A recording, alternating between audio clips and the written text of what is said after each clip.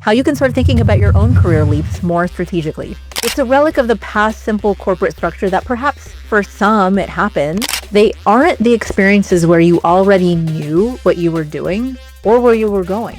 It was just like outside of your comfort zone. It made you feel challenged, a little scared, unsure if you could pull it off, and it was exciting too. And you were intrigued by it. You will question your judgment. There will be moments where you wonder why you raise your hand.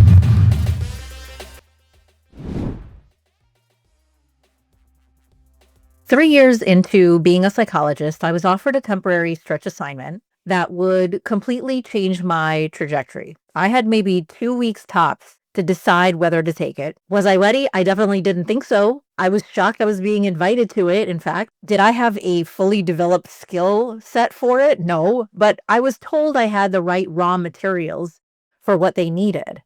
I was told I had the integrity, unflappability, and high emotional intelligence that they were looking for. So without fully feeling ready, I took the leap. And it was without question one of the most career-defining decisions of my life. I did not realize it would be back then.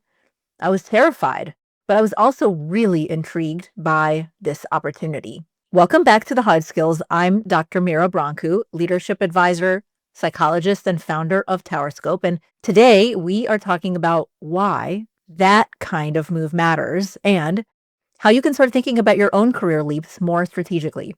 This is the first of 2 parts, drawing from one of my most popular 7-part career blog series that I wrote in my Psychology Today column, and it's following up on my previous discussion with Dr. Sharon Hull about developing careers that matter. So here's something I notice a lot with leaders that I work with. There's this implicit belief that career advancement is linear, that if you just do good work and check the right boxes, the next step will present itself, and then the next after that, and the next after that, and it's all from one very clear step to the next. But that's rarely how career-defining growth actually happens. It's a relic of the past simple corporate structure that perhaps for some it happens, but for most of us, not only doesn't it happen in that linear fashion, but it might not even make sense in that way, especially different phases of life that we're in.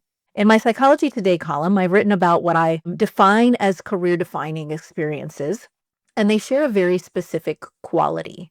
They aren't the experiences where you already knew what you were doing or where you were going. It was just like outside of your comfort zone. It made you feel challenged, a little scared, unsure if you could pull it off, and it was exciting too. And you were intrigued by it, right? Think about how even athletes build strength. It's not always a linear process. They don't just like get stronger and stronger every single day, and they don't get stronger by doing what they've already done. They push slightly past what they think they're capable of. Their body sort of adjusts differently each day. They accept that a little soreness means growth is happening. And they also don't try to lift 10 times their body weight in one day. That wouldn't lead to growth. It would lead to a setback. And the same principles apply to careers. The sweet spot isn't staying where you're comfortable, and it isn't throwing yourself into something completely beyond your reach. It's something that is called the Zone of Proximal Development. I've mentioned it before. It's a developmental psychology term. It's something just outside but adjacent to where you are. So the question isn't, am I ready and is this like the right next step? Sometimes the question is this experience just the right level of stretch for me right now and just what I'm looking for? And here's a checklist I use with clients. You can ask yourself these 5 questions to assess this for yourself. 1, does this opportunity challenge, excite, and scare me a little? 2, is it outside but adjacent to my comfort zone? 3, could it give me greater influence or impact? Because that would add a fulfilling component, right, to the job. 4, will I learn skills I want but don't have yet? And 5, is there potential for new doors to open from this experience? That last one is not something that most people ask themselves, but it's really important. And if you answered yes to most of these, it's usually a strong signal. Now let's talk about the thing that stops most people, especially women, from even getting to that checklist. The belief that they're underqualified. The reality is your self-assessment of whether you're qualified is often not an accurate data point, regardless of gender. And in fact, it goes both ways. Women, more than men, tend to hold back from applying for roles or taking on opportunities until they feel they meet every single criteria. Men, by contrast, tend to apply when they meet about 60 to 70%. It's not all men, it's not all women. And I want to be clear, this isn't a flaw in women or men.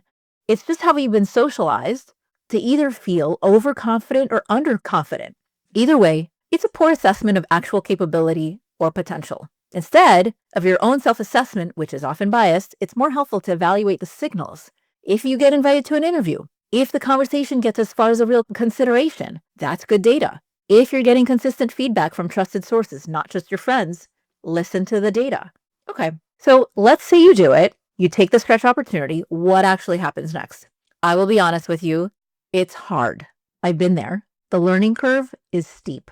You will question your judgment. There will be moments where you wonder why you raise your hand. And then something shifts. Not right away, but over time. You start to discover capabilities you didn't know you had. You build resilience in real time. You develop skills that only come from doing the thing, not reading about it, not preparing for it endlessly, but actually doing it. And let me be clear.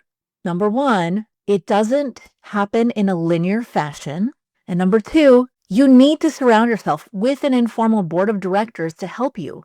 I always had mentors, consultants, leaders, friends, family members, leadership training, all helping me learn, gain, navigate, manage this new scary experience every time. When I look back at my own career, I've reinvented myself at least 5 times. From school counselor to clinical and research psychologist to a research operations executive to academic medicine faculty to founding a company. Not all those moves felt completely in my comfort zone in the moment, but they were exactly the kind of adjacent leaps that compounded into expertise and the perspective that I draw on. They were not things I saw as a obvious next step. None of them were. And in each case, the success from making those leaps came from having the right supports around me. Most people are at least a little underqualified for new opportunities. They end up feeling like an imposter. But if it's new and there's at least one variable you've never faced, that's normal. And it's a critical piece to how success happens and how well you piece together those support systems to make the success happen. That includes 5 supports. Number 1, mentors who see and believe in your potential. Number 2, colleagues who can process with you honestly. 3, coaches, consultants, or therapists you can lean on to process growth edges and separate out your old baggage. 4, feedback from lots of sources. And 5, training that helps you gather the right information about where and how to grow. Now, before I close it out with a few final thoughts, if you're facing something like this, before I wrap today's episode, I want you to know about something I'm really excited about. I'm co-hosting a half-day career designing workshop on April 17th with Dr. Sharon Hull, who authored Professional Careers by Design and who was also a guest in my previous episode. And if anything in today's episode resonated with you, this workshop was designed for you. This is hands-on. It's a small group experience where we're going to dig into the exact strategies for developing great opportunities across different phases of your life, how to protect yourself from career curveballs so you don't fear losing a job because you're always ready for the next one, how to navigate transitions with clarity, and how to build the internal and external resources you need to make a move that actually sticks. Dr. Sharon Hull brings incredible depth of experience in career coaching, and together we're going to create a space that's practical and empowering. And I mentioned it's a small group experience, so spots are limited. You can find the registration link in the show notes. The registration closes a few weeks ahead. On March 30th is when we close the registration so that we can have some time to send some pre-workout. And I would love to see you there. Okay, here's what I want you to take away from today. Career growth doesn't come from waiting until you're ready. It comes from choosing experiences that are just outside what you think you can do, and they might be unexpected. And it's more important to ask those 5 questions that we discussed to see if they're the right opportunity for you at the right time, and then showing up fully for them. The leaps that feel scary are often the ones that define you. In our next episode, we're going to talk about 2 of the most underrated career accelerators to continue finding those interesting opportunities, and that includes mentoring and networking. And I want to challenge some assumptions that you might have about what those words really mean. If today's episode was useful, I would love it if you shared it with a colleague who's weighing a big decision And if you want to go deeper into any of this, in the show notes, I've added the specific Psychology Today post where I initially wrote about these topics.